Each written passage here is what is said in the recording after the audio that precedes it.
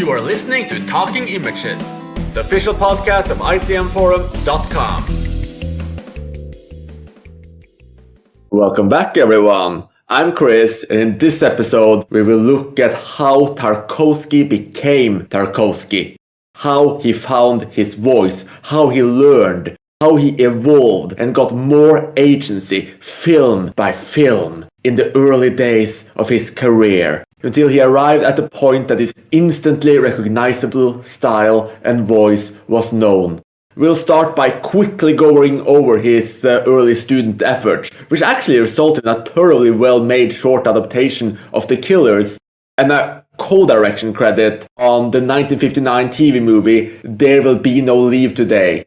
And then we will start getting far more into details and truly dive into it as we break down his 45-minute graduation film, The Steamroller and the Violin from 1961, before we continue through to his first international success, Ivan's Childhood, an evocative take of lost innocence in wartime, before we finally finish off the episode by discussing and dissecting Tarkovsky's first true passion project, the 3-hour epic Andrey Rublev.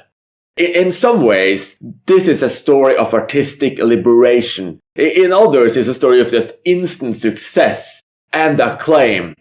If you have not seen one or more of the 3 films we'll discuss today, there will be spoilers, but don't worry. These will be in compact sections after the discussion of each film and with a clear spoiler warning. If you want to jump over these sections, just go to our timestamps in the description and nothing will be spoiled for you.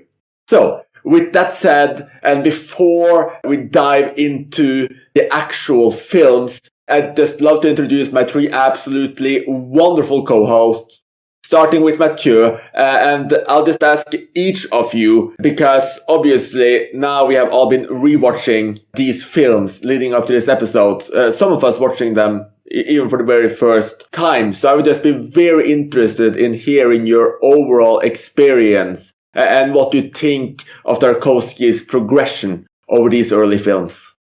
Hi Chris, hi everyone. I had seen his early features already, Ivan's Childhood and Andrey Rublev, but I watched The Steamroller and the Violin for the first time, as well as The Killers, the short film.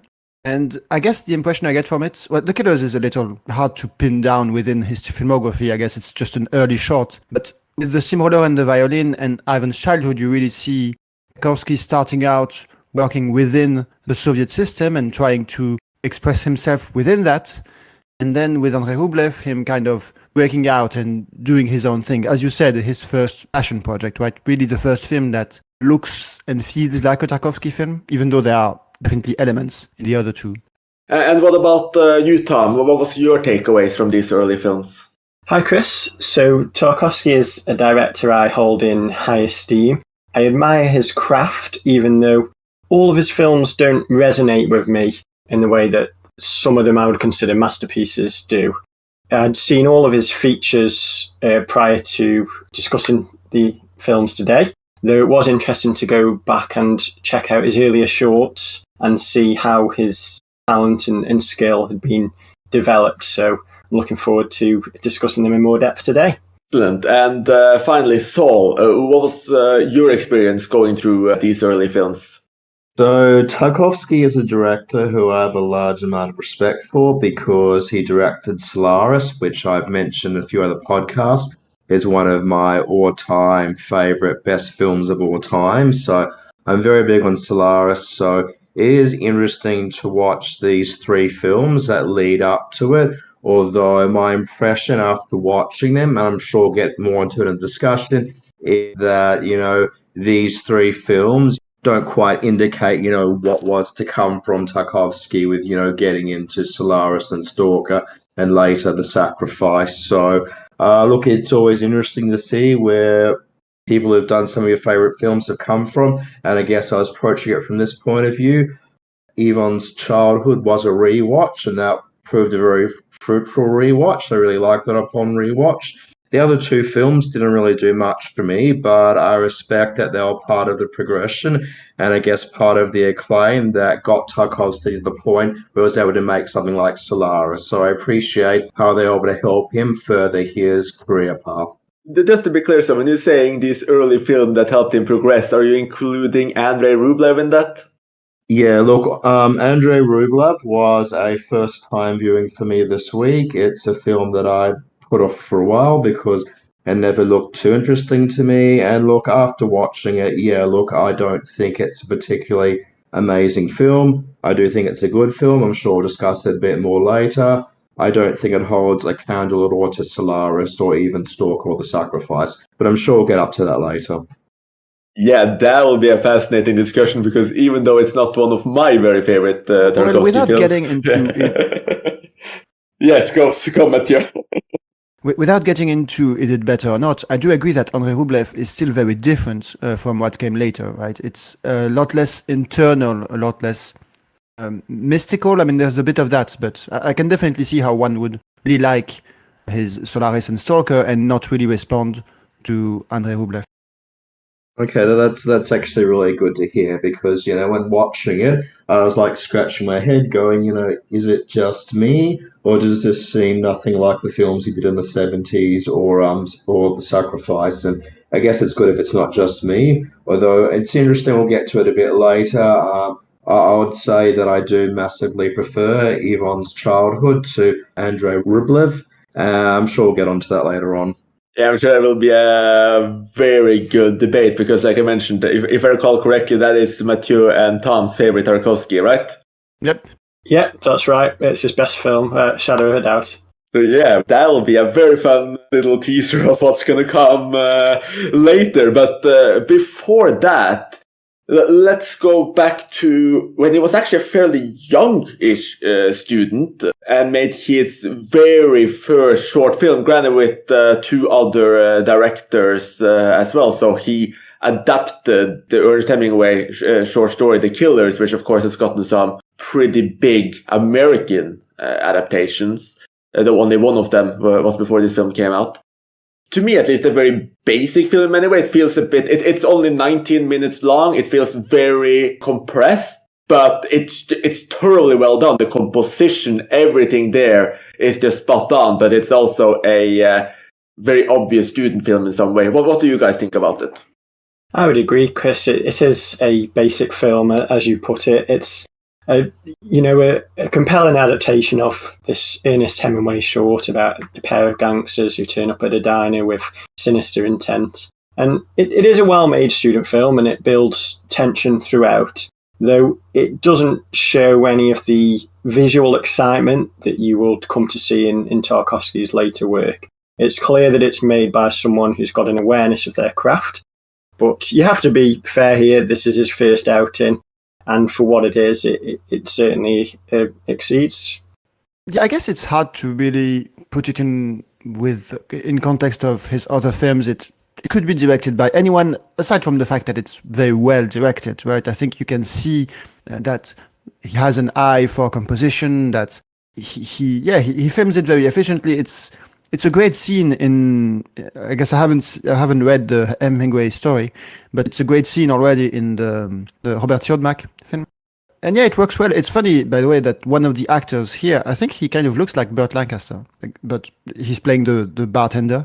But yeah, I guess I don't have much to say about it. It's clear that it's shot by someone with talent, but it's not really indicative of much of what Tarkovsky would do afterwards. I think it's very American. It's a genre film, which is not really what Tarkovsky did after. So it's a bit of a curiosity.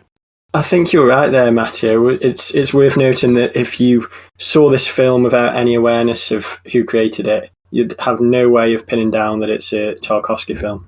Yeah, and I mean, it's only 1/3 a Tarkovsky film as well. There's two other directors involved here. And while you did mention it's very American and it's obviously inspired by noir, it also has a lot of the very classic Soviet aesthetics of the time, or how they interpret American aesthetics. I think some of the shots are interesting because, they gave me some flashes to Ivan's childhood, or even like there's obviously the bar scenes in Stalker. It doesn't quite look like this at all, but It's obviously the bar scenes in Stalker are quite important as they work as the early and late framing devices. But yeah, no, you could not really pin down that this is Tarkovsky. And I feel exactly the same way about the next film he did as well, which is 45 minutes. It's technically a feature. It's a TV feature. One of the directors he worked with on The Killers, Alexander Gordon, or Gordon. I don't know how the Russians would pronounce that. Is his co-director here as well. It was a TV movie. It's fairly compact. It's once again genre heavy. It's a bit of a suspense film with essentially the handling of explosive materials. Perhaps like the military version of Wages of Fears a little bit. I think it actually does suspense very, very well. It's a good TV effort. Again, it doesn't really feel like, or rather, as opposed to the previous film, I wouldn't necessarily have guessed this was made by students. But it is, again, a fairly basic film that just applies tools very well. Again, I would agree with your assessment there, Chris. It's nothing spectacular, but it demonstrates competent filmmaking from young Tarkovsky and his student collaborators whilst they were honing their craft at film school. It is actually based upon a true incident, and it depicts the dangers of unexploded bombs when an army unit is called upon to save a town from certain disaster. As you mentioned, Chris, the use of suspenseful music enhances the tension as the soldiers carefully work at extracting the bombs.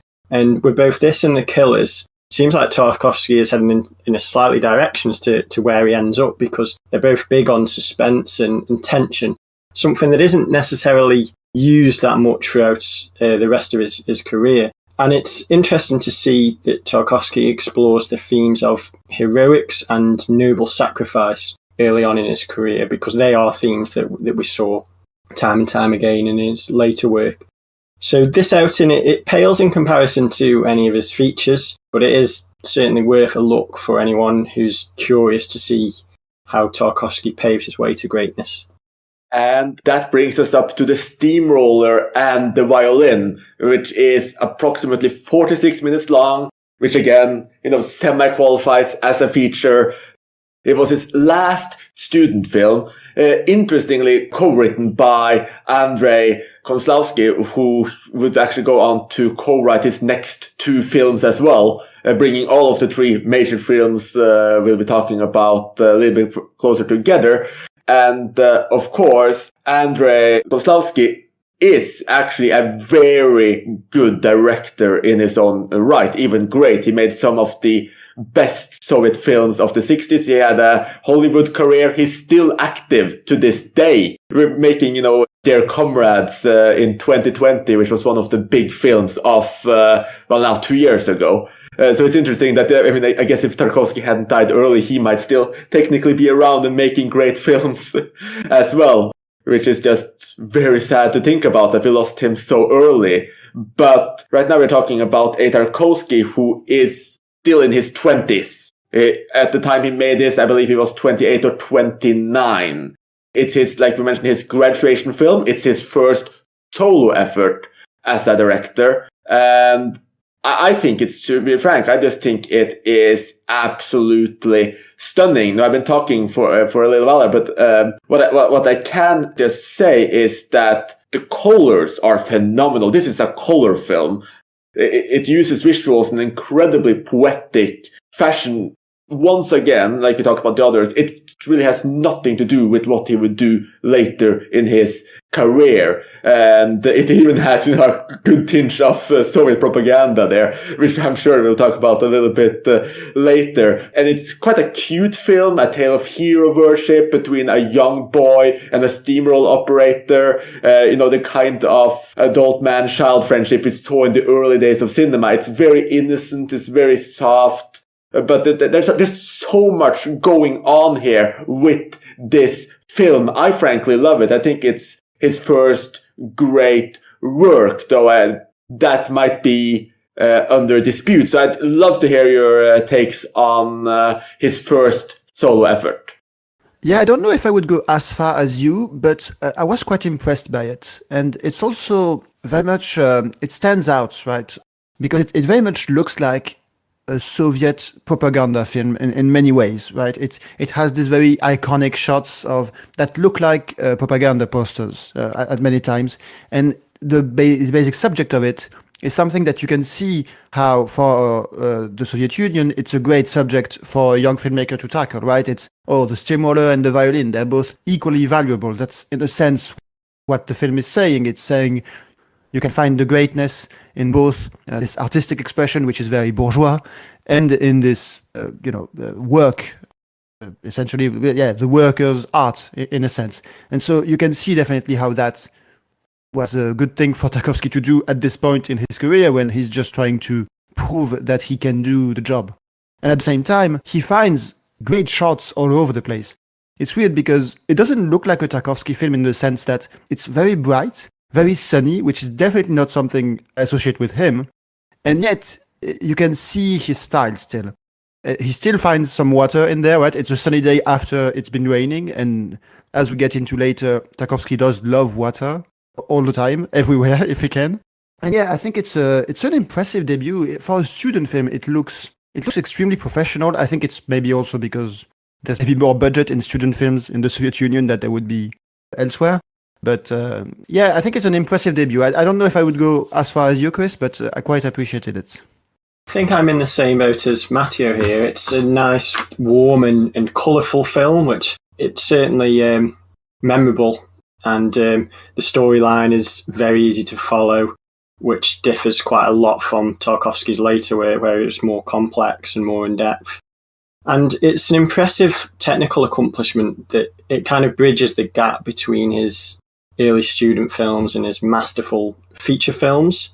As you both mentioned, there's some hypnotic shots in here involving reflections and kaleidoscopic imagery that give us an insight into Tarkovsky's appreciation for dazzling cinematography and also provide glimpses of the brilliance that is to develop later in his career. Now, I felt that the story about the friendship between the young boy and the road worker was strengthened by two solid performances there. But I did feel that their relationship often plays second fiddle to the scenery chewing, as it does feel that it's largely a vehicle for Tarkovsky to demonstrate his burgeoning talent. And I'd also say that it lacks the depth or symbolism of his later work, but I mean, that's kind of understandable, though it does hold the film back from being anything more than a minor note, which is, still worth seeing, still a good film, in an otherwise exceptional filmography. Yeah, I'm probably going to be the least positive on Steamroller and Violin so far. I don't think it's his first great film. I think his first great film came a year later, which we'll get to shortly. I do agree with what Thomas said, that it's an easier to follow film than Tarkovsky's later films. Although for me, I don't know if that's necessarily a plus. I sort of prefer something like Sacrifice or Stalker or Solaris, which will challenge me a little bit more. I also understand and agree with a lot of what you guys have been saying about different shots and cinematography. Like Tom, though, I agree that it takes and makes the storyline become second fiddle. It's a really good description to the camera work and the way the whole thing is shot. And most of my issues with the film is how it works as a narrative. I mean, on one hand, I appreciate the story because it's a type of story that could never be made today.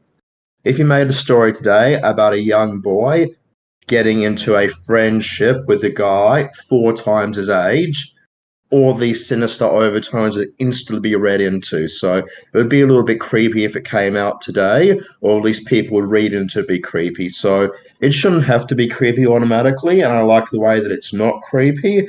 But it is interesting. It's very much a product of its era that they are able to have a child and stranger adult friendship movie without any sinister overtones. So I like that. As a narrative, though, I didn't think there was much else to the film beyond the relationship, which, as we've already established, is already playing, second fiddle to all the visuals.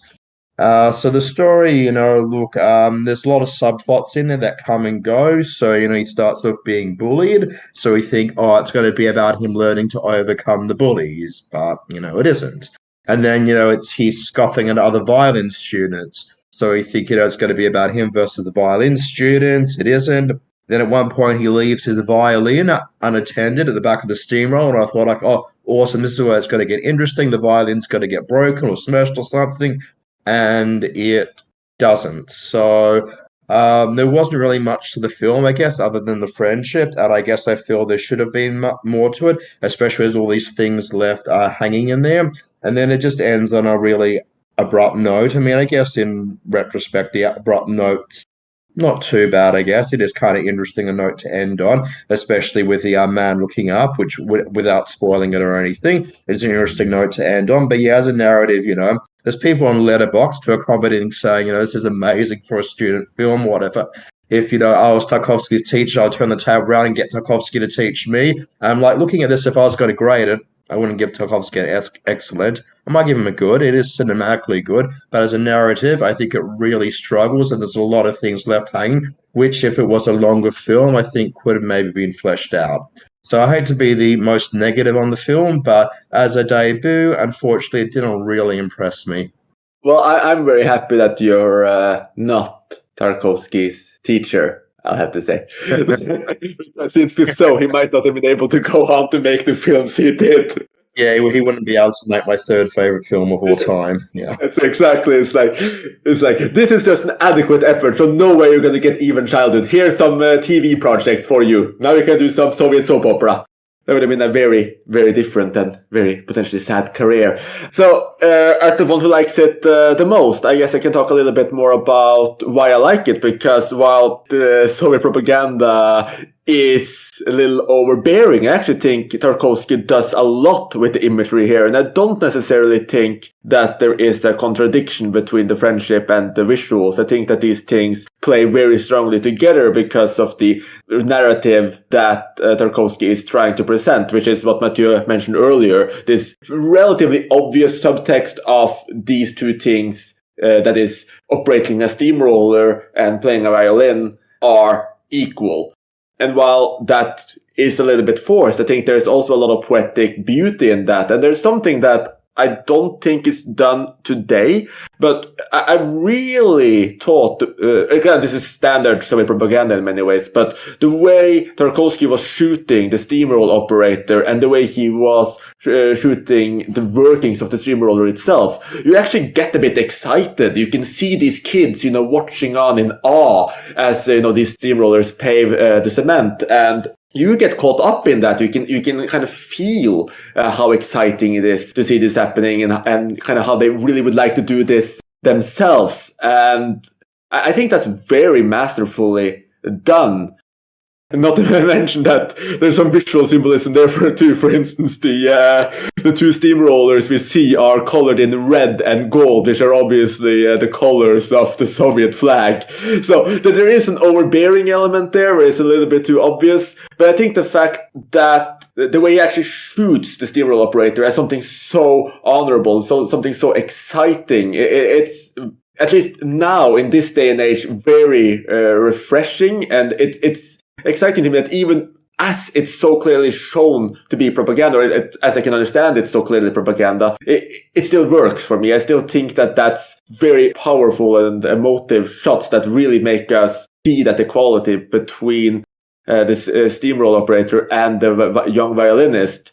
And that works really well. And then you also have this kind of very poetic, it's very short again, it's 45 minutes, and I don't think student films usually went on that longer, so it would be hard to put that much more into it. But this kind of walk around the city where they start to bond, and these kind of visuals of progress, once again into Soviet propaganda, but there's this feeling of awe throughout. I think Tarkovsky really manages to nail that with the rain, with the light, with all of the visuals going on, even some very poetic editing there that makes the film come alive. It makes it makes you feel it very much from this child's perspective. And it's not many directors that are able to do that. So that's one of the things that really impressed me about the steamroller and the violin.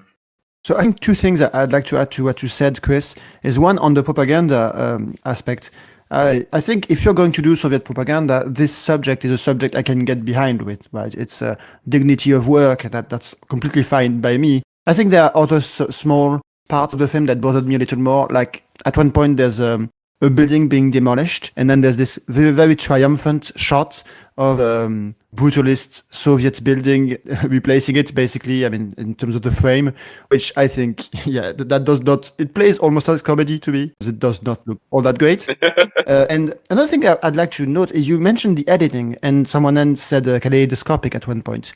And I think there's a lot of silent cinema technique early on, like especially when the kid at first goes into the city, I think, and you get this kind of Dziga Vertov, like Symphony of a City editing with very disconcerting, right? And that's something that Tarkovsky really didn't do afterwards. I think it's a very stylistic note that really feels like something he just did not come back to, but it works here. I thought that was pretty noteworthy.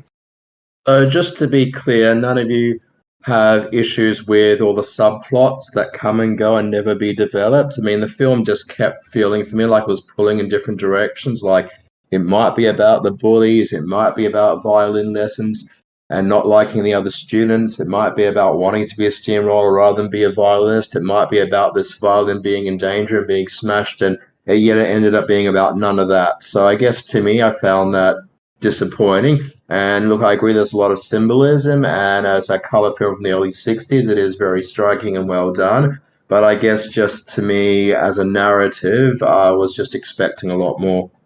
Well, to me, it didn't really feel like subplots. They just felt like side plots that were kind of there throughout. I mean, the violinist is kind of an outsider with his friend group or with his peers, perhaps because he is a young violinist and they don't see him someone who they would play with. So I think that actually plays through the entire film. You see it from the very first scene. You know, they bully him. They then start to envy him a little bit when he rides the steamroller. There is some bullying scenes, and he learns to stand up for himself. So I think that's actually a fairly consistent thread that's pulled through the film. And I think it also ties into a little bit with the ending, where there is this discrepancy that's also shown, which is interesting, that maybe the violinist and the steamroller operator can't actually be a match, which is a very interesting thing to do in a propaganda film, if you want to call it that, of this kind. So I don't think that's a series of subplots. I just think that's part of the overall plot line. Yeah, look, I agree the ending is really interesting, and especially what it says about that boy-man relationship. And I guess that's probably one of the reasons why the film isn't read in such sinister terms as it might otherwise be by a contemporary audience.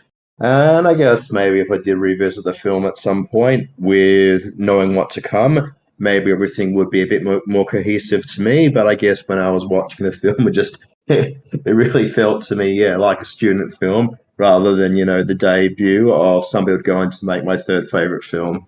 But that's all right. We can't all like our favorite director's first films.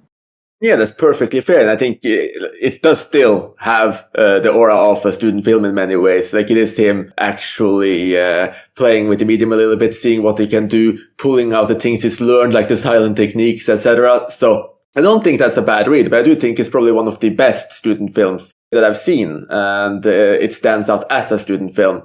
But as we promised, do a quick dissection of the ending. Let's throw up a very quick spoiler warning. For those of you who have not seen this film yet, you can jump ahead. Spoiler warning. So I thought it was really interesting how it ends on a fairly sad note. So they made this date of sorts to meet for the cinema and kind of continue their friendship. But the boy is rather understandably held up home by his mother, who actually does think it's rather odd that this kid is hanging out with a much older man.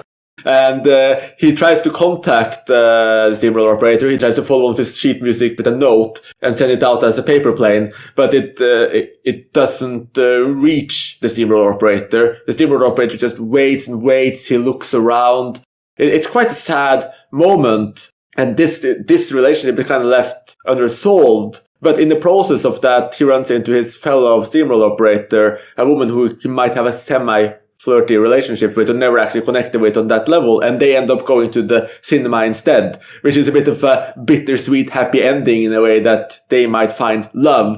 And then, of course, in the final imagery, you have this metaphorical element with the steamroller driving out towards the sea. You have rain, you have sun, it's a beautiful shot, and the boy is running after the steamroller. It's fairly poetic. It might symbolize that there is this discrepancy between the fine arts and work, and that there's something that can't be connected there, or it's something else to leave us thinking about. But it's mixed messaging in a way. It is, like Saul said, a little bit abrupt too. You wouldn't have expected it necessarily to end that way. So I'd love to hear some thoughts on the ending.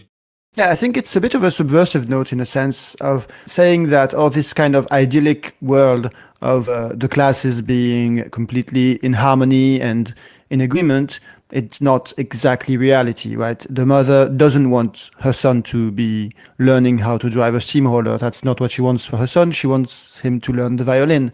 So it's not this idyllic, right? And maybe you can interpret, again, the very sunny day. You have rain interrupting at some points, which I think maybe there's a way in which Tarkovsky is saying, well, I'm doing something that is the ideal world that the Soviet Union wants to present, but maybe it's a bit more complex than that. I think it's definitely an interesting touch and a beautiful ending. I would agree. It's a nice ending, and it fits well with the story that precedes it. And I'd also add that if we weren't aware that this is a student film, I don't think we'd ever consider it as being a student film. So I just thought I'd throw that one out there. Maybe that will rifle Soul some more. Look, I don't know in terms of being a student film or not, whether I'd be able to tell. It does, I guess, seem to me a early work just because I do have quite a few issues with how it works as a narrative. In terms of the ending, I guess the most striking part of it for me is not the boy so desperate to leave and get out and send that paper aeroplane through the window, and then going off and having this dream sequence where he is still chasing off the steamroller. I guess what stands out to me most is, as I mentioned or alluded to earlier on, the man staring up and looking up in like total dismay that a little kid isn't coming out to join him. And I guess something I forgot to mention is that when he's actually getting the boy to drive the steamroller, he's actually got the boy sitting on his lap. And I'm thinking, how different a film would this be if this boy who is taken out, who's got to sit on his lap, actually came out at the end, ran up to him because they actually got reunited to see the movie, and gave him a big hug, and he went into a darkened theatre to watch a film with him. I mean, I know it's hard to not read the film with 21st century eyes, but, it would add a little bit of creepiness to it. And I guess that ending there with the man looking up, it doesn't really quite resolve to me how the man feels about the boy, which is something which I said there about the runtime being quite brief or whatever. I mean, if it was a bit longer or whatever, a bit more character background, we found, well, maybe he lost a son and therefore this is a surrogate son for him or something like that would make it maybe a bit more wholesome. Knowing nothing about the steamroller's background, we have no idea what his intentions is. All we know at the end there is that he's really longing to be with this boy, but he has to settle for the woman instead, which I guess is kind of interesting if you're reading into social conventions or whatever, and he has to go out with a girl his age rather than go with the boy. But anyway, look, I shouldn't be reading into it this way, but, it's just very hard not to with 21st century eyes. Well, that's a very somber note to end that on, but I suppose we can take this opportunity to continue to the story of another boy with close relationships to adults, this time in a much darker scenario, though. So I'm talking, of course, of Ivan's childhood, which, to speak a little bit more seriously about it, is a riveting story of childhood in wartime, where we follow this young orphan who has joined the war effort with great pains to his own body, which is almost completely destroyed, and his psyche, which is also on the hinges of keeping everything together. It's not a visually evocative film with striking dream sequences, but also a very strong narrative. this is probably the last Tarkovsky film with very strong Soviet elements. You have, the hooray for the Soviet war efforts, the bravery of all Soviet citizens, including a young child. It is, in some ways, his real full-length debut, with the Steamroller Violin only being 46 minutes. This was the film he broke through with, and it makes sense that it would be a more straight narrative. He injects so much power there, but at least to me, it's not quite the Tarkovsky we would come to know, even though I definitely agree with Saul. This is just a thoroughly great film. Yeah, Ivan's childhood is, as you said, it's interesting. It's again, Tarkovsky working within the Soviet system. I think there's nothing less acceptable for a young Soviet director than to make a film about World War II, right? The Great Patriotic War, as they call it. So in that sense, it's very much conventional, but obviously Tarkovsky does have an approach that makes this subject matter interesting, right? This basic idea of loss of innocence. Obviously, Ivan himself, but also the female soldier, right, also kind of represents that. And even just generally, the soldiers, there's this idea that they're very young, they're very inexperienced, like the officer that first meets him. It's really this theme that clearly runs through the film in a way that I find almost too simple compared to later Tarkovsky films. But nonetheless, it's quite well executed. And Tarkovsky definitely finds a lot of great shots in this, like this shot where the female soldier is held by this aggressor, essentially, above this ditch. That's a great shot. Generally, you see him developing his style. It looks a lot more like his later films would than The Steamroller and The Violin. And I think especially it's the start of his love affair with swamps and bogs, which is something that is in all of his films and really a lot in this one. Ivan's Childhood is a film I like. It's obviously a good film, but to me it is the lesser of the Tarkovsky like full features, and even counting the Steamroller and The Violin. I think Ivan's Childhood is a really striking film, and it showcases a lot of the talent and dazzling cinematography that Tarkovsky would display in his later films. Though it does lack, for me, the emotional resonance that I would see in most of his latter films. I mean, it's fascinating to see the tragedy of war through the eyes of a young boy. And as Chris mentioned, it's bookmarked by fantastical, dreamlike sequences, which are also scattered throughout the central narrative.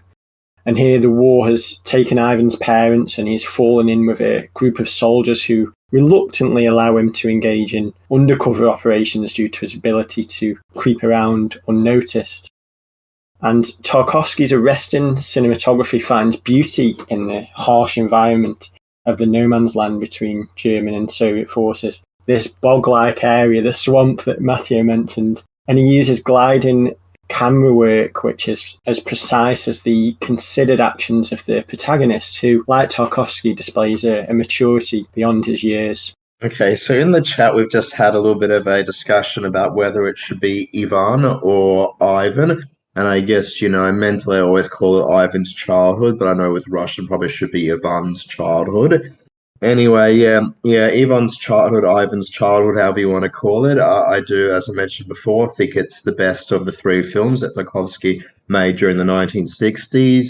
Although it wasn't really until my recent rewatch of it that really, confirmed to me this is really, a great film.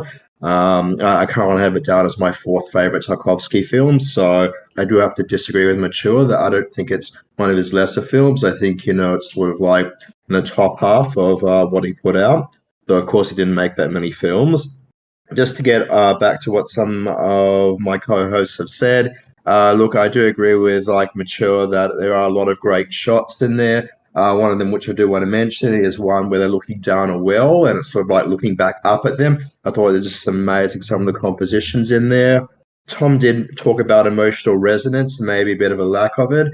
I guess I find this one maybe a bit more emotional because it's actually a bit more in Ivan or Ivan's mental space. I mean, so much of the film is dreams and nightmares. I didn't even remember that because I first saw it around 4 years ago. And the things that struck me the most was interactions with the soldiers. But upon rewatching it, there was actually a lot of dream and a lot of nightmare sequences in there, and they're just amazingly done. I mean, the first one is absolutely beautiful. He's imagining himself flying through the air, and then he's got a great one at the end, which I'm not going to mention for spoilers yet. But also, there's just a lot of nightmare parts in there also, as he's remembering his pre-war times, and it's unlike flashes, and he's actually in reality. And I just love the choice of title because it's actually not Ivan's childhood. The film is actually Ivan's lack of childhood.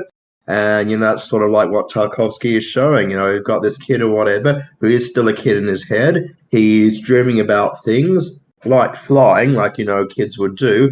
But, at the same time, he's stuck in this war situation where he's sort of like caught running errands just as a way of like surviving or getting by. So, yeah, I just absolutely really admired the film. I really liked the tone of it. I liked how dreamy it was because that's my favorite type of Tarkovsky, and we'll probably get into that more when we get to Andrey Rublev later on. But my favorite sort of Tarkovsky is that sort of dreamy, meditative Tarkovsky, which is what Solaris is like and what Sacrifice and Stalker like also to a degree. And this one for me is just such a dreamy film. It's so different to me from Steamroller and Violin, which is a very conventional narrative, and I just love how unconventional and just how absolutely gorgeous it looks in, stark black and white. Yeah, I'm just going to agree with two of the things you said. So the first one is very obvious. This is a visually stunning film. I mean, to me, the Steamroller and Violin was beautiful as well, but this is like the craftsmanship that went into this film is spectacular.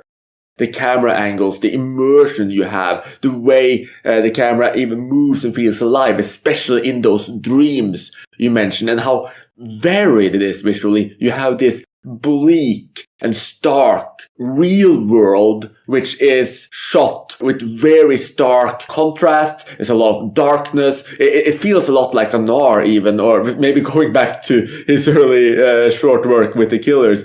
You have that kind of really tight visual suspense. But then you have these dreams which are innocent, or they often end on really tragic notes. And they just bring in so much more light. They feel more eerie. You can feel the degree of play going in there. And the contrast is wonderful. The way Tarkovsky handled both styles is wonderful. And I think you hit something very important there, that it keeps reminding you of Ivan's missing childhood, because these dreams really makes you feel what he could have had and what was taken from him. And it makes the film much stronger than it otherwise would have been. I do think the way Tarkovsky incorporates these dream sequences or fantasy sequences is very interesting, right? There's basically no delineation between reality and dreams. As you said, they're shot differently, right? But there's not an obvious point where you go from one to the other. The transition, I think, is quite interesting because Tarkovsky is clearly someone who is fascinated with the world of the mind, I guess, as we see in his later films. And there's something of that already here in how he explores essentially the internal psyche of Ivan, who he longs for that, right? He longs for that childhood he didn't have. And I think that's perhaps the most unique part of the film compared to other similar films of the era. I do think it's very well shot. I certainly agree with that, but aren't most Soviet films of this era? I mean, maybe I haven't seen enough, but it did not seem that exceptional to me, except I think Tarkovsky has a great visual sense, right? But I agree, Ivan's childhood looks great. I guess it did not strike me that much compared to other similar films. I mean, the visuals here are definitely the strongest aspect of the film. There's staggering shots of reflections in mirrors and ripples through water, or natural light flickering through trees, and they breathe life into this cold and harrowing tale, as Tarkovsky paints a picture of pure poetry amongst the ruin and desolation of a scarred landscape. I think it's also easy to overlook the incredible performances, as it is the striking imagery that tends to haunt you the most whilst you're watching this film. Though I think it's notable that Nikolai Belyayev, who would work with Tarkovsky on his next film, Andrey Rublev, in a stunning sequence involving a bell that has surprising parallels with their first collaboration. I think that's maybe something we'll get into as we discuss Andrey Rublev. But it's definitely a strong and assured debut feature that it doesn't demand as much from the viewer as most of Tarkovsky's later work, though it is still rife with the symbolism that would come to define the auteur's philosophical approach to filmmaking, and it's certainly deserving of its status as one of the classic Soviet war films of its era, even though I think that it's not necessarily one of Tarkovsky's greatest films, but I do still think that it's a very well-made film. Yeah, look, I just thought I'd jump on a couple of things which Mature said. Number one, I do think it is well shot compared to other Soviet films of the era. I know there are quite a few, classic Russian films or Soviet films from the 1960s, but I've also seen a lot of, well, I don't know, Adam from the UK or whatever. He would regard them as terrible. There's a lot of like Russian comedies that I've seen from the 1960s. And they don't look anywhere near as stunning as Ivan's Childhood does. So no, I think it is certainly one of the more unique looking films. I do really like the point though that Mature made about there's no obvious distinction between dreams and reality in Ivan's Childhood. I think that's one of its best features because it reminds me so much then of Solaris, where the characters are stuck between knowing what's real and not knowing what isn't real. I sort of get that same sort of feeling with Ivan's Childhood. So it really reminds me of what I really like the most about Tarkovsky as a director at his peak.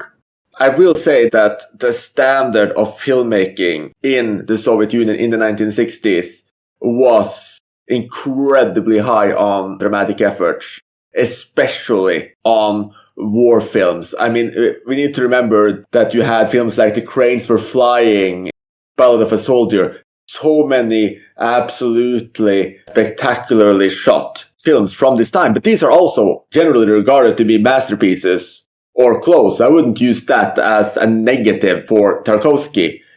I mean, for instance, Mikhail Kalatozov, who did The Cranes Are Flying, I mean, he's considered one of the most important directors of all time on the back of like 4 films. So again, I don't think that's an argument that should belittle Ivan Childhood, even though I can agree that if we look at the rest of Tarkovsky's work and we look at Ivan Childhood, it is clearly the most conventional, if you can use that term for it. Even more so than Steamroller and the Violin, it is more narrative driven. The characters are alive. You're focused into their drama. The suspense in a lot of ways comes from the direct threat of war and how these characters respond to it. There's a lot of direct dialogue specifically about the plot rather than tying into larger philosophical themes. So in that way, it is more of a straight film. But I mean, that's not a negative. It is a spectacular war film. It's just not quite what Tarkovsky would do later. Okay, I think I need to clarify a bit. I think I did not maybe express myself the best way. It's not that I don't think Ivan's Childhood looks great. I think it does. It's a film I like. I think it's successful and all that. I think it's just I'm trying to understand why I didn't quite have the same reaction to it that, for example, Sol did. And I think maybe it's because it's, as you said, Chris, it's a little more conventional. And even if it is quite accomplished visually, I find that it does not offer me something uniquely visually stunning in the way that basically every Tarkovsky film after that does. So I appreciate it as a very well done film. And I also think it's the fact that it has this relative simplicity in what it's saying, which is not a problem. But I think that's why, to me, when I compare it to other works by Tarkovsky, it feels a little lesser, even though it is a good film. I definitely appreciate it. And yes, I agree that the fact that there are other very good looking films of this time does not diminish it. I agree with that.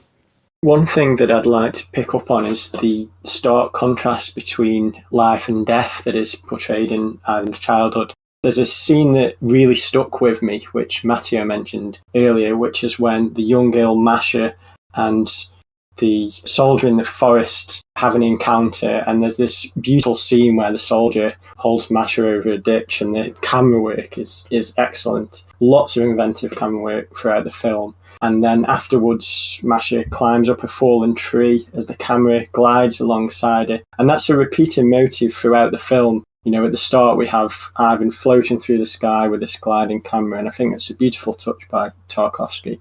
But getting back to what I said about the stark contrast between life and death, is that the subsequent scene, we see Masha, who's kind of falling head over heels with almost an all-consuming love that makes her dizzy in the trees after this encounter. And then there's just a harsh cut to two corpses tied against a tree with a sign saying "Welcome." It's obviously, you know, a warning to the other soldiers. And it's really harsh view of life that Tarkovsky shows there, but I think it's an incredibly well done scene. And for me, those two scenes, the juxtaposition between the two, was one of my favourite moments within the film.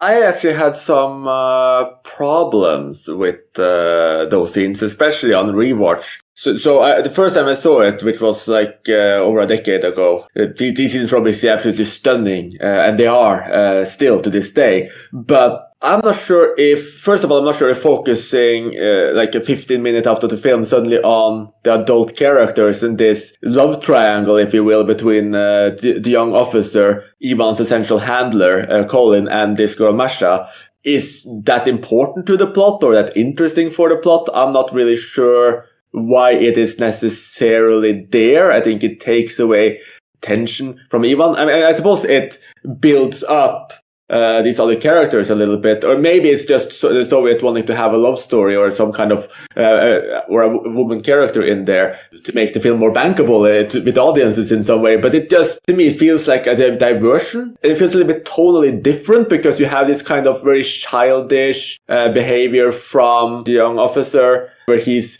clearly really, really jealous. This can tie in with what you mentioned earlier, that just pointing out how young some of these people are, but it also felt like it wasn't as serious or as involving as the more devastating portions of the film. And while at the same time, it didn't really elevate it either. And in addition to that, with 21st century eyes, that romancing scene, if you will, also comes off as pretty extreme sexual harassment, where it's essentially threatening her, pulling rank, holding her against her will over, you know, a steep gap. It's a bit uncomfortable to watch. Now, at the end of that, he just sends her away. He doesn't do anything that he doesn't assault her, but it's a very creepy and unnerving scene. And when she runs away, you can see that she's actually falling in love a little bit or getting interested. But up until that point, it's a very odd scene. Well, I actually disagree here, Chris, because to me, it clearly is supposed to be harassment. It's never supposed to be a romance scene for me. And I think it's quite relevant to what the film is doing because it's the loss of innocence, right? And there's this contrast between Masha, who is very, again, innocent, and Ivan, who has already lost it all because he's been here, right? And generally, the officers are more innocent than he is. I think that is the contrast that Tarkovsky is drawing. And besides, I think that scene in the forest is perhaps the most visually striking to me in the whole film. I mean, there's the stuff later on with the mission in the swamp. That's also great. I agree that it stands out, but I think it stands out in a way that actually makes the film more interesting to me. And there's even this whole song which is about Masha right later on. It's not about her, but I guess Masha is the name in the song, which is probably not a coincidence, and is again about losing one's innocence. To me, it definitely fits in the film because it's thematically hammering the same point home. Oh, and also I'd add that it's a big subject actually, women in the Soviet army in World War II, right? Because no other army had women as integrated, and there was it's a whole thing because the reality of it was that there was a lot of harassment, a lot of rape. I mean, it's a big subject that I don't know how aware Tarkovsky was of it. I don't know exactly what the consciousness of it was at the time in the Soviet Union, but maybe he's also kind of obliquely tackling that subject. Well, if he is, I think he's undercutting it a little bit by that scene ending with her not necessarily wanting to leave. So I'm still not sure exactly how I feel about that scene. Yeah, I guess I didn't interpret it that way, but I did not interpret it as her being in love at all. That's not what I got from it, but it's up for debate. Okay, I can't really bring anything more to the debate about the Marsha subplot and whether or not, it's harassment or falling in love, because that's really the part of the film where I began to tune out. And I noticed it the first time, noticed it the second time when I watched the film. That's my least favorite part of Ivan or Ivan's childhood, just because the rest of the film is so much set in his mental headspace where he is flipping in and out seamlessly between dreams and nightmares. You sort of got that blurred reality. And then the film goes on this entirely different deflection, following another character around. Yeah, look, it's the one thing which, makes the film a great film for me rather than an excellent film. If it was all about Ivan and his experiences, it would probably rate on the same sort of, wouldn't be quite Solaris, but probably rank on the same sort of level as Stalker and Sacrifice for me. But that's probably the one thing that keeps it a little bit lower for me in my esteem.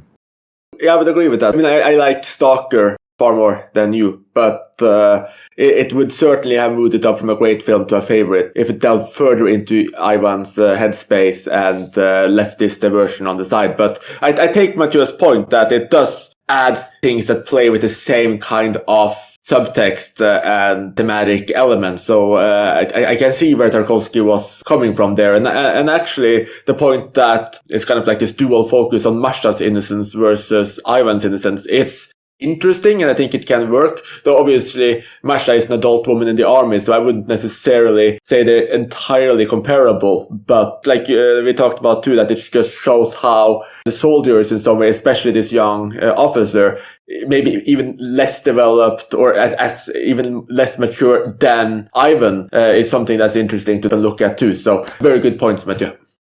And with that debate out of the way, let's take a closer look at the ending here, because there's a lot of things that are going on. And as you mentioned, there's this mission to cross the river. The adults and Ivan go over, and then we just leave Ivan. He's gone. He disappears.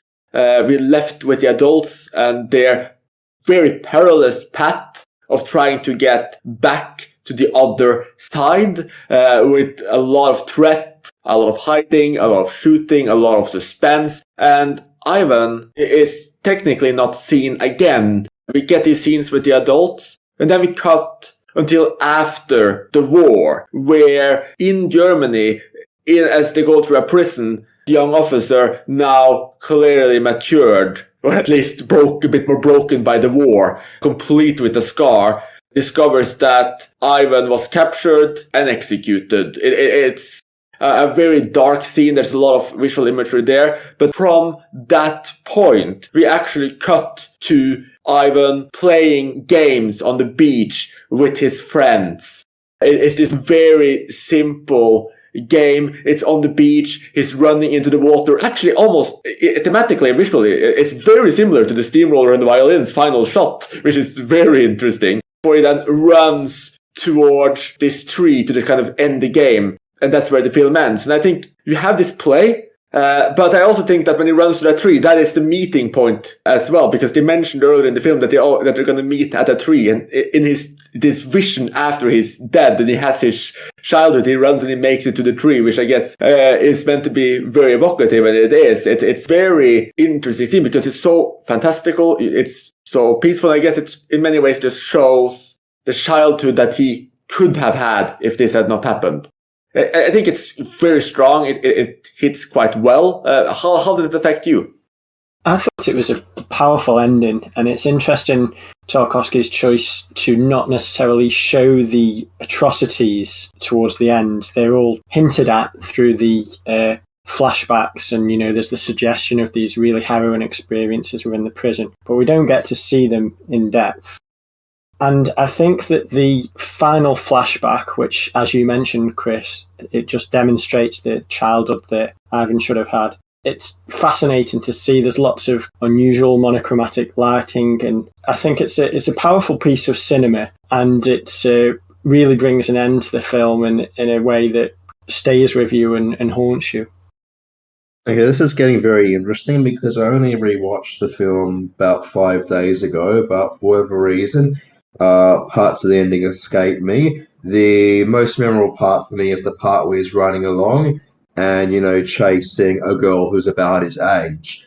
And that just seems, an amazing note to end on. Going back to the whole idea of the film being about his lack of childhood and his dreams and his nightmares are the only parts where he can really be like a child. It initially seems like this childhood game of chase. He was going to go chase after the girl, or it's a girl about his own age or whatever. So maybe there's even something, pre-romantic about it. But it actually goes past it. It actually ends up running past the girl and into the ocean. Maybe it's me misinterpreting it.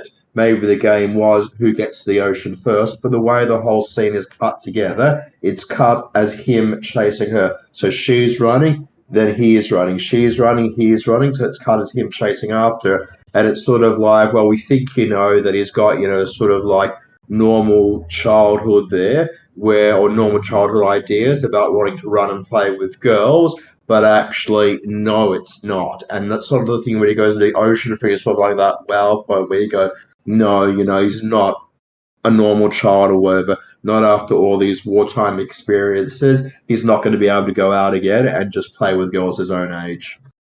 That's a good take, Sol. I quite like that. I think it's actually noteworthy that, unless I'm mistaken, and I guess aside from the sacrifice, we never see the ocean in Tarkovsky's films. I could be wrong, but for as much as he loves water, he doesn't shoot the ocean that much. The ocean is often used to represent, death or eternity, and so I think your interpretation, Sol, makes sense. Right, he's running towards death, essentially. Yeah, I think that's a very good read, and obviously it's the same girl. At least I believe it's the same girl he's chasing after that was on the Apple cart with him. So this is clearly someone that he knew in real life and had some connection to. So whether or not it's a flashback or whether or not it is another vision of some sort, I didn't actually consider it could be a flashback. I thought it was more symbolism of what he'll now never have. But it could actually be a flashback as well. And I think it's very beautiful the way when he runs after his girl, he overtakes her and he just continues into the ocean without her. And it could have ended there and he just disappears into the ocean instead. But then he runs back and he touches the tree, completing the game in a way. And I suppose it also ties into how he just, didn't complete his final mission. And it's interesting that when you can play an ending that's in some ways, taken on its own, is very happy and free, but obviously in the context of the fact all of the torture instrument we saw in the previous scene, the fact that, we know he has been killed by the Nazis, we know that his entire childhood was destroyed. I think it's just so harrowing, and I think it's a very good choice by Tarkovsky to end it on that note. And I think it's also interesting that this is obviously his last child protagonist, and I think we can move on to Andrey Rublev from here, because we're going to have a lot to discuss about Andrey Rublev. But these two films, or even these first 4 films, if you want to include his short and his TV movie, they are not necessarily what we would come to know Tarkovsky for. I mean, as we've discussed earlier, these are really Tarkovsky working within the Soviet system, showing what he can do, with Ivan's childhood being the proper big breakthrough where he showed everyone that he was a master at his craft. And as soon as that happens, he leaves these child protagonists behind. I don't think he's overly interested in childhood, because children never really, aside from flashbacks or memories or visions, or the small bit characters, children never really play a big role in Tarkovsky's later films in the way that they do here. And he would also move further and further away from more traditional plots.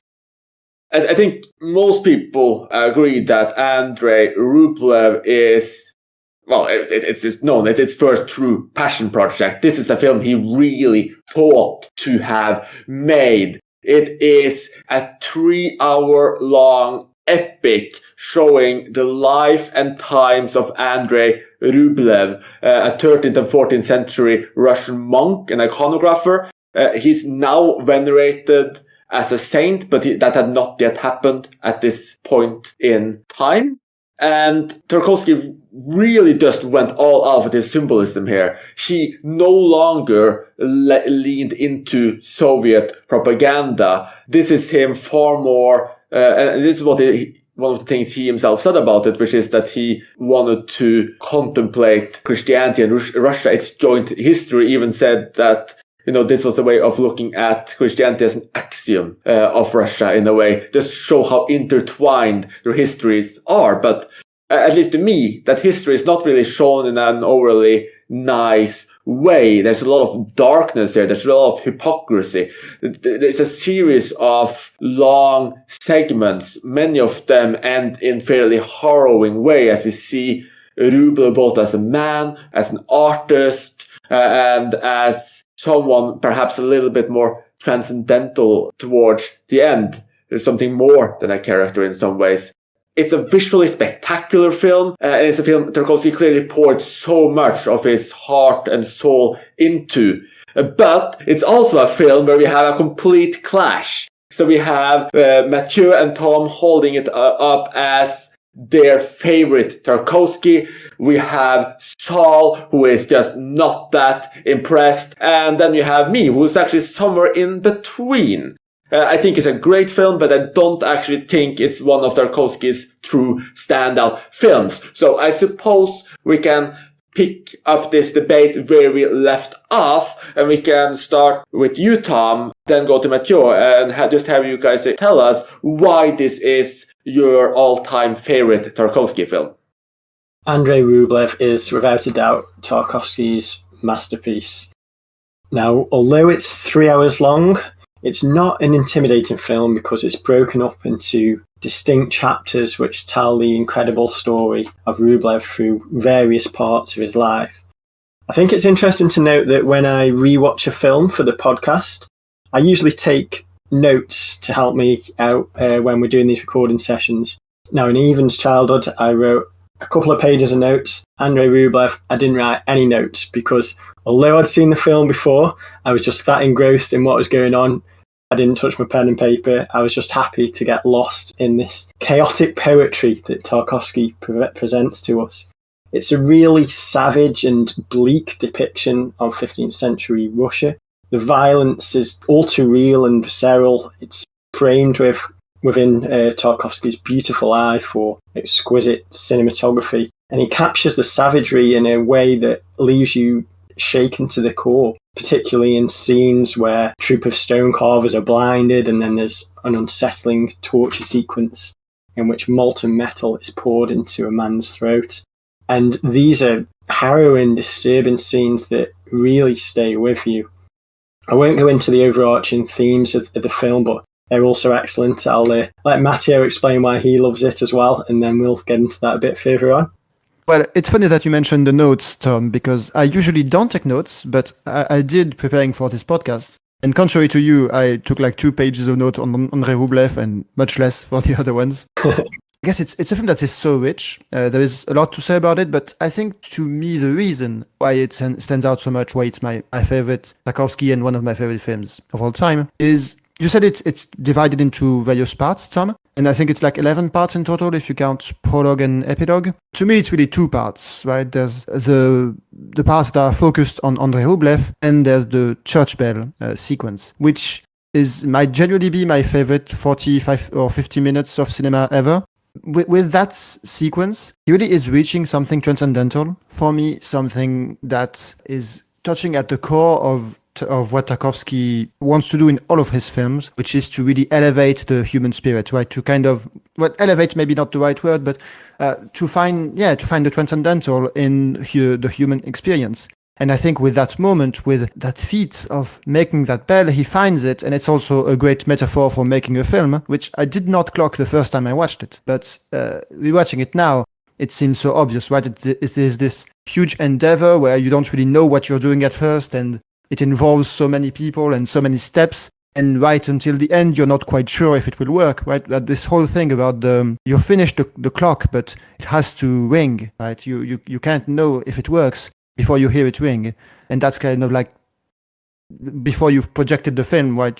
Or maybe before you've done the editing. I don't know. It's so rich, and it's the whole film is really embodying Tarkovsky's ethos, which is this idea of talent, this idea of, I guess, what you're born to do. To him, Tarkovsky clearly is a very spiritual, even religious man. And for him, honoring God is to fulfill what you're put on earth to do, right, in a sense. And that's what you see.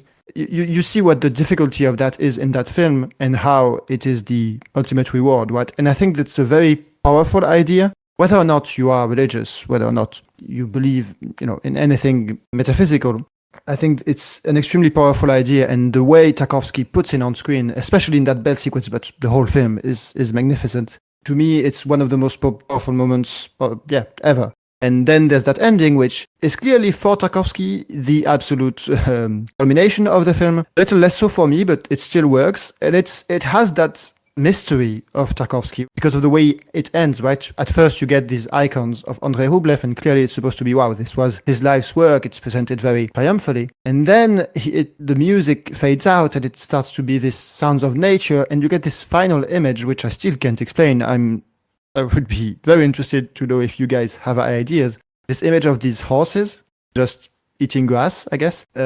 So to me, it's both a very well-mastered film, right, where Tarkovsky has these ideas and he's expressing them to me in a very clear manner.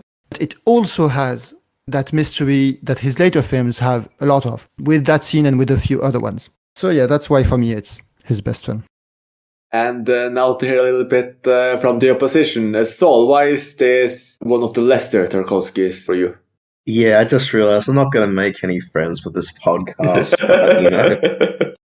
What can you do? Look, all I can do is give my honest impression of what the film was like. And it might be one of those films where maybe if I had seen it 20 years ago when I first got into cinema, it might have made more of an impression with me. If I hadn't watched Solaris 7 times before sitting down to watch this, maybe I wouldn't have that to mentally compare it to. But look, I thought I'd first start off by sharing an email exchange I had with a friend after he saw my Letterboxd stream that I'd finally watched Andrey Rublev. And he's written, yet to see it myself, not only because it looks so boring, but because of the animal cruelty, which I can't stomach.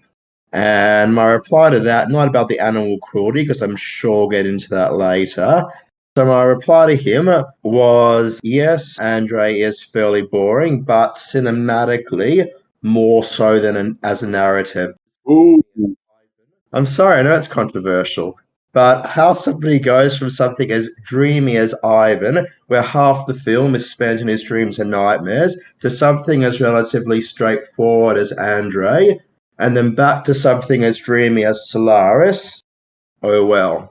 So that's what I wrote in the email, and I guess if I just want to expand that a little bit, I guess even though it is broken up into 8 chapters, I guess I find the basic narrative of Andrey Rublev to be fairly conventional. I mean, I know it's not quite a biopic as such because it deviates a bit from the facts, and I know people describe it as more of an epic than a biopic, but it is basically a life story film. Especially when you compare it to something like Ivan's childhood, which gets so lost in his dreams and nightmares that we don't even know what to make of that final sequence where he's running. And you get something like Solaris, where the characters can't even trust what's going through their minds. And then you've got this rather, even if it does look quite stunning at times, it's just, as a narrative, it's just doesn't really do anything to elevate the medium for me. I mean, like, Solaris is just such a crazy out there narrative. Ivan's childhood, again, the same thing over there, stuck between dreams and nightmares. And then you get this more conventional film, at least for me, it's a bit more conventional in between. But, not to harp on too much about the negatives, I do agree with Tom about the visceral violence. That's obviously one of the most striking elements of the film. I'm not going to go into the animal cruelty because we'll get to that later on, I'm sure. But yeah, just some of the violent stuff in there and some of the pagan rituals. And, they've got the crucifixion reenactment that's all shown in grisly detail. And that was really awesome. And that was probably the part of the film where I was most engaged. And I guess his subsequent, deciding to take a vow of silence, that was quite engaging for me. The first 90 minutes of the film, though, were a much more uneven ride for me. I couldn't really work out exactly where I was going on, and I wasn't very captivated. I was at first because it opens with this amazing hot air balloon rise, which is so voyeuristically shot as the hot balloon goes up in the air. And I thought, this is breathtaking. And then it becomes, just more standard following Andrey along until he gets to the point there where he actually makes that vow of silence. I do agree with Mature that the bell sequence is striking, and I think the metaphor that he's come up with, comparing it to making a film, I never even thought about it. That's brilliant. I think, yeah, that does really work as a metaphor there, and it is a really interesting sequence. It's probably also the sequence that has the best photography beyond the hot air balloon sequence. So you've actually got these great crane shots where the camera is going up in the air and pulling away from distance, and that's the closest the film comes to mimicking the shots in Ivan's childhood, which I liked so much. But I guess maybe the clincher for me is I'm not a religious person, and I guess viewing it as somebody who considers themselves agnostic or just doesn't have religion as part of their life, I guess the whole faith story of Andrey Rublev just didn't do much to resonate for me. So I guess it's a combination of the pro-religious stuff, the combination of the fact that it's more of a biography rather than a dream nightmare thing or can't trust reality thing. It's just less of an enticing narrative for me. But, look, after 20 years of being a cinephile, I guess it is always interesting to sit down and watch one of these major films and actually have my own opinion on it. Well, that was an interesting take. And I love that you ended that with a compliment for Mathieu as well, just to ease those punches. And I will start by saying I completely agree. I had also never thought of the bell as a metaphor or some kind of reference to filmmaking itself. So that's a very interesting read and one that certainly works.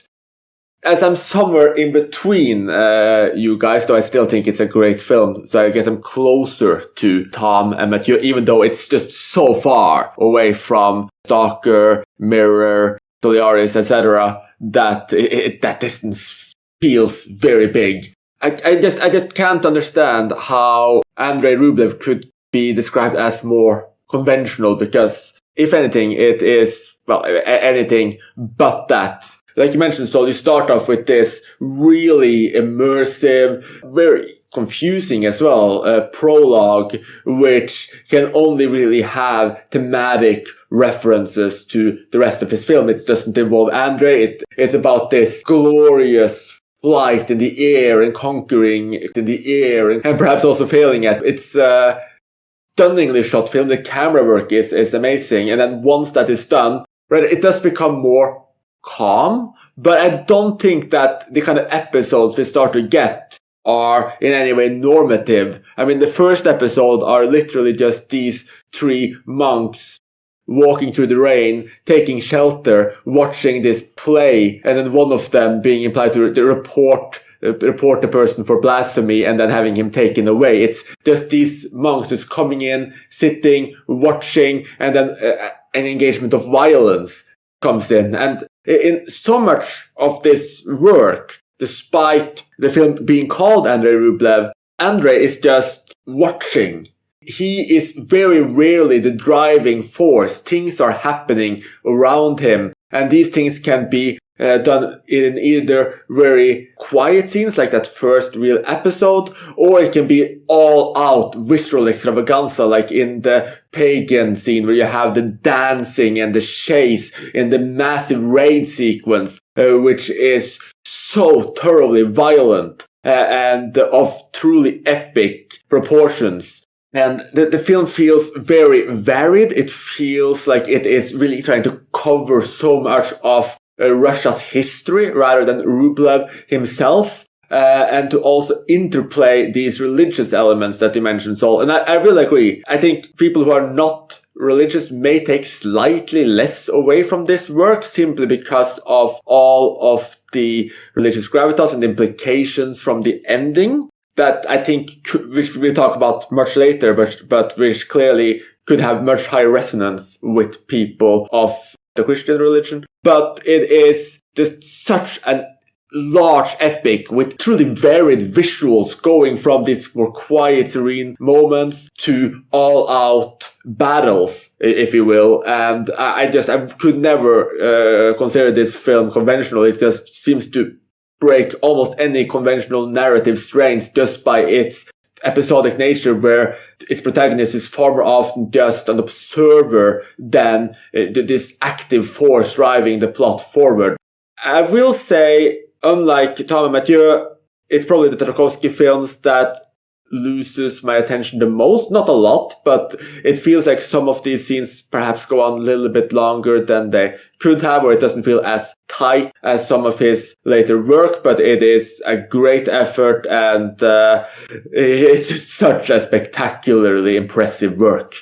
I just thought I'd jump in and clarify. Maybe I didn't make it clear before. It's not so much that I consider Andrey Rublev to be a conventional film. I just consider it to be conventional by comparison. So you've got Ivan's childhood, which is going out between dreams, nightmares, and reality, with it all getting very blurry. And then you've got Solaris on the other side, which is, again, very blurry between what is real and what's not real. And then you've got this film wedged in between, which, for me, is conventional by comparison. So I agree the chapter structure and everything, it's not entirely conventional. It's not like the average biopic, but still it's not quite the reality mind bender for me that Ivan's childhood and Solaris both are in different ways. And not to be negative, I'm just going to end off with a little bit of a joke or something I was going to mention before, but I've forgotten. So that metaphor about the Bell sequence and about the Bell being like constructing a film, it's a really great one. And the whole idea that maybe, this is how Tarkovsky feels, that creating this film is like creating this spell. That's awesome. And I'm wondering if he's also got this fear that he would end up being beheaded if he doesn't actually successfully complete the film. Okay, so I'll pass on to somebody else now. Well, I mean, given how the Soviet Union worked, that's not an unrealistic fear. I mean, not literally beheaded, right? But not being able to work anyway. That actually leads into what I was going to say about the film quite nicely. But first of all, I just wanted to touch upon the pure wonder of the first scene that both Sol and Chris mentioned. I remember the first time I watched Andrey Rublev, I was just totally transfixed and enchanted by this scene. It's just incredible. The camera work on it is amazing, and it really brings you into this strange historical world. We get to see this man who invents a flying machine, and potentially he's being scorned and chased by lots of people who I imagine they're thinking it's witchcraft. And this ties into the overarching themes of the film and why it's such an important opener for the film, because Andrey Rublev is about people who dedicate their lives to their craft and the tragic toll that this can take upon them if their work perhaps isn't appreciated or isn't appreciated during their lifetime. And this marries up with Sol's joke because, perhaps this plays into Tarkovsky's own fears of how his work is going to be appreciated, and also plays into the idea of censorship of art, which is something that happened with this film as well. Now, it's interesting that as well as this man who invents a flying machine later on, you've got the young man who is charged with creating a huge bell, and he faces certain death if it is not completed to the expected standard. Then, of course, you've got Andrey Rublev, the infamous iconographer, who is so distraught when his work is destroyed during the raid, which is this breathtaking battle sequence, which culminates in a devastating sequence when a beautiful church is completely ravaged and destroyed. And he takes a vow of silence because of this. And I just think it's a beautiful piece of cinema. It's an astonishing work. And every time I watch it, I just get completely lost within it and transported to this era in history that feels so alive. And yeah, I think that's why it's a masterpiece for me. So a lot to respond to. I guess regarding the conventional, the notion that Rublev is conventional, I do think it's more conventional than Tarkovsky's later works. I can see that. I don't think it's more conventional than Ivan's childhood. Definitely not. Yes, Ivan's childhood has these surreal sequences, but Andrey Rublev, it starts with this hot air balloon sequence, which is not connected to anything. And at one point, a third of the film is dedicated to a character we've never met before doing something that has nothing to do with anything in terms of narrative. with the church bell sequence. So I don't know. And in terms of being visually less interesting, I strongly disagree. You guys obviously mentioned the more impressive sequences, as Sol said, right? Both the opening sequence and the church bell sequence have very impressive shots. It's also shot in widescreen, which I personally tend to prefer. But there are great shots throughout the film. During the pagan thing, the end of that, right, is this woman who saved him, Andrey Rublev, is fleeing from soldiers who want to capture her, right? And she is crossing this river, she's swimming, and she swims right by Andrey Rublev on his boat, and he's just watching helplessly, right? He doesn't help her, he's feeling guilty. And this shot is magnificent. You follow her just as you change focus from her to him and then back to her. And it's full of great shots like that. In the first sequence also, you have these shots from inside the shack where they're all getting shelter from the rain, and you see there's, I guess, an opening in the shack where you see the exterior. There are shots of horses that are beautiful. I don't know. I think it's a film that is gorgeous throughout. I'm surprised that you would say it's less visually interesting. I strongly disagree with that. Regarding the religious aspect, personally, I'm also an agnostic. I guess I was raised Catholic, so maybe I have more of a connection, but I think it's more a question of spirituality, of finding your place in the world, of knowing what you're here to do, of giving a meaning to your life, right? And maybe people can respond to that or not, right? But clearly, the whole film is about these people who find something to do that is elevating them in some way. I mean, literally with the guy with the hot air balloon at the start, but you've got the jester who is entertaining the people who we meet again at the end. You've got obviously all of the artists, and what Tom talked about, I think, well, about the relationship between the artist and the people who I guess make his work possible, right? Both with the whole thing about Andrey Rublev going to another place, having to have a master and having to compromise in some ways, and then losing his faith. And I mean, it really explores essentially how you find meaning in your life, which I think is not an idea that is exclusively religious. I think it can speak to many people who don't have a religious faith. Yeah, I'm sorry we can't agree on the visuals of Andrey Rublev. I guess, it's just, again, for me, just the comparison, and I guess maybe having Ivan's childhood fresh in mind. I guess just absolutely love the nightmare and dream sequences in Ivan's childhood. And, other than those like crane ones are the ones that come up, up into the sky where it pulls back.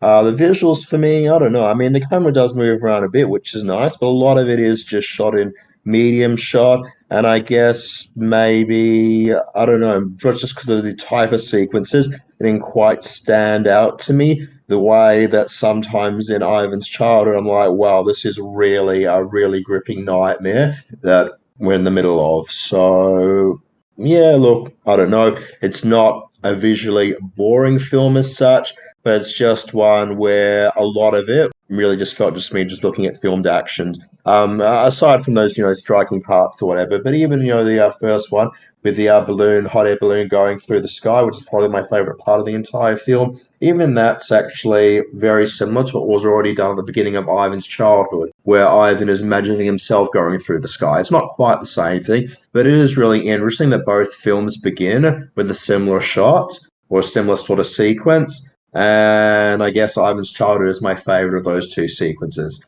But it actually is interesting how similar the films are, at least in how they begin.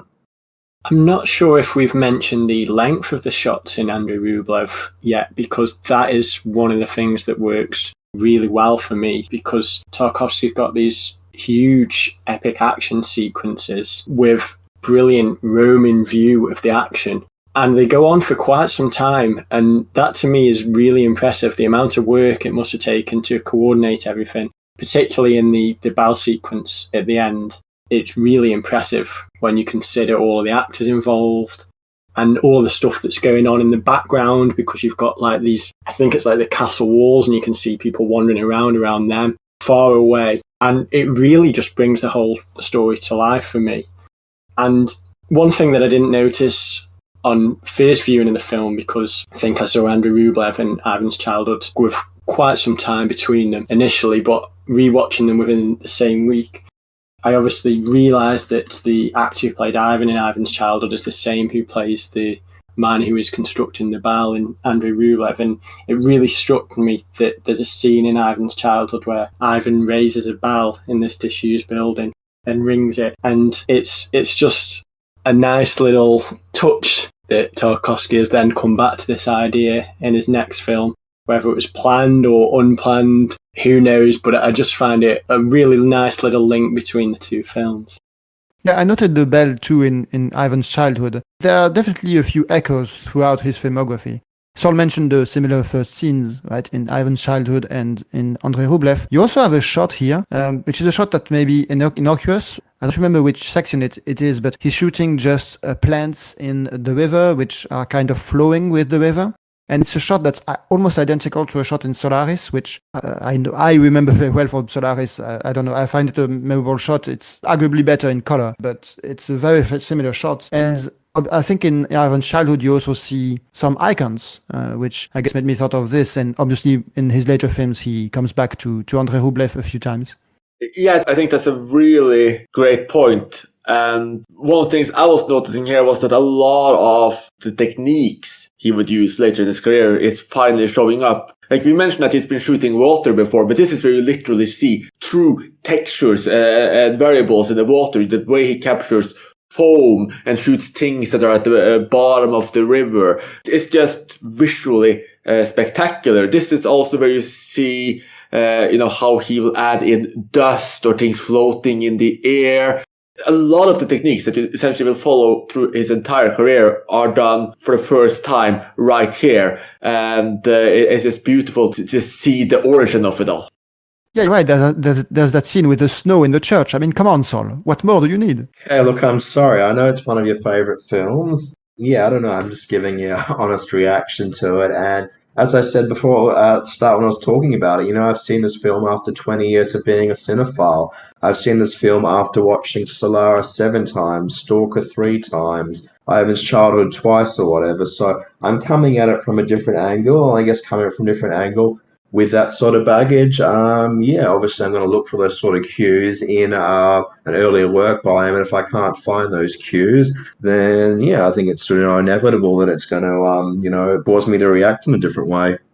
I think that's a good point in a way, because Andrey Rublev is probably the calmest of his films. I mean, this is actually one of the ways it is the most unique work he did, because it is more transcendental. It is more about what's going on in the subtext and what Andrey is observing, or just the fact that he is observing rather than participating in all of the questions the audience is left with because of that. Because it is a film that asks a lot of questions of the audience and gives us lots to ponder on in terms of the events and the relationship between the church and the state and the people living in these times. But it is, even with these big battle sequences or this sudden violence, it is a film that is in many ways very calm and serene. It takes its time. Stalker obviously does that as well. Many of his films have long sequences, but these films, like you mentioned, Saul, they tie in with something more overtly magical or suspenseful. And Andrey Rublev doesn't do that. It's in that way, it is a bit of an oddity in Tarkovsky's work. But I think that might also be why it is so important to Tom and Mathieu in particular. Why this is the one that stands out, because it does something that none of Tarkovsky's other films really did. And I do think, like Mathieu mentioned, there's just so much to dive into here and discuss that I think we've been talking about this film for over half an hour. Maybe not when we edit this down a little bit and you listen to it, but I think we've been definitely talking about it. Actually, I'm looking at the clock. I think we've been talking about it for about 40 minutes at this point, and we haven't even been diving into most of these sections or most of the situations and how Rublev dealt with it or how we're left to respond to it. And I think that just speaks so much to the richness of Andrey Rublev. Yeah, it's an epic. I mean, that's how I would describe it, right? Which is definitely not something we can say about his later films, which, to be clear, I love as well. You're right, Stalker and Solaris are much more internal. Even though this, obviously, is asking many internal questions, there is this grand spectacle to it, right? There are these sequences with those horses, and of the church sequence, it has a billion extras. Yeah, it definitely has this idea of grand spectacle, which is not in any other Tarkovsky. What's quite interesting is that while obviously the most common detractor when you go out and you read Letterboxd and whatever, the most common thing which is said negatively about Andrey Rublev is that it's boring, and well, I don't think it really was boring. It didn't quite engage me the same way as Tarkovsky's other films did. But the second most common complaint is about the animal violence. Now, for me as a film goer, I guess I always have a very I don't know if it's say emotionally withdrawn or whatever, but I've always got a very disciplined way of looking at it. When I see animal violence on screen, I don't, mentally process, oh, was this animal really hurt, or was it just made to look like it was hurt for the sake of filmmaking? But I know there's a lot of people out there who do research into it. They find out whether animals are really killed or not. And a lot of the negatives for Andrey Rublev on Letterboxd, beyond the epic length and being boring in inverted commas, is complaints about the animal violence. So look, for me, it wasn't really an issue because for me, I guess they're like what happens to like the horse when like it falls down or whatever. Those were the parts that stood out the most to me. But I'm just wondering for any of the three of you whether you've had issues with the animal violence in the film.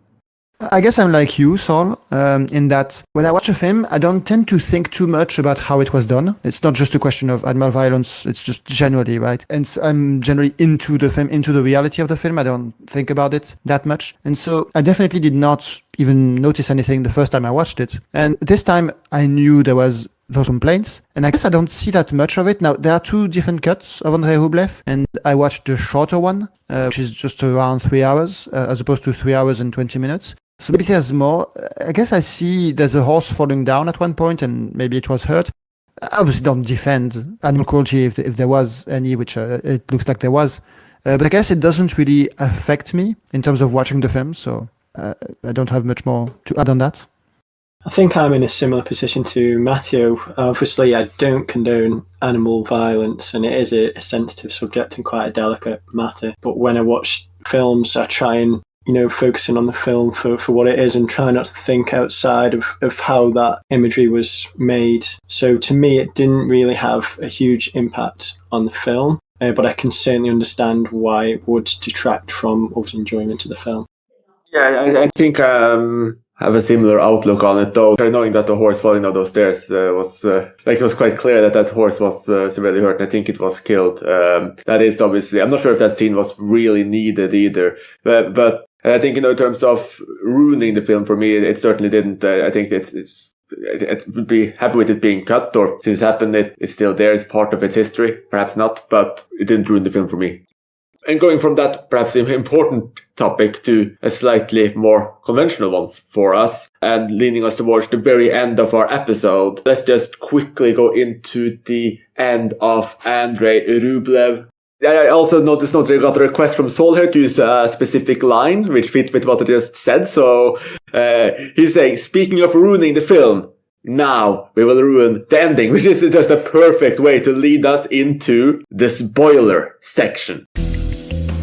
Spoiler warning.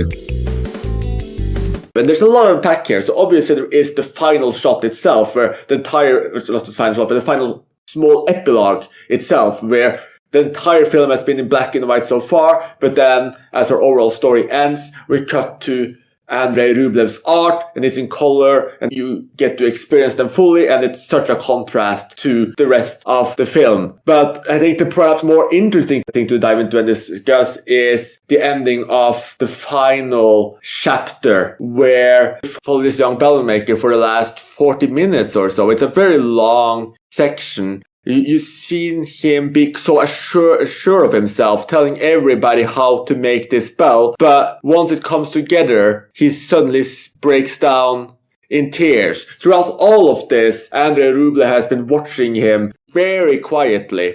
And as the bell is revealed, it's beautiful. Somehow, after everything seems to have gone perfectly, just as he said, he breaks down in Andrey Rublev's arms in tears, and he confesses that he lied. He was so starving that he took on this job at the peril of death, pretending that his father, who was a master bell maker, had passed down the secret, which he had not. He was sure this would end with his death, but the bell is perfect.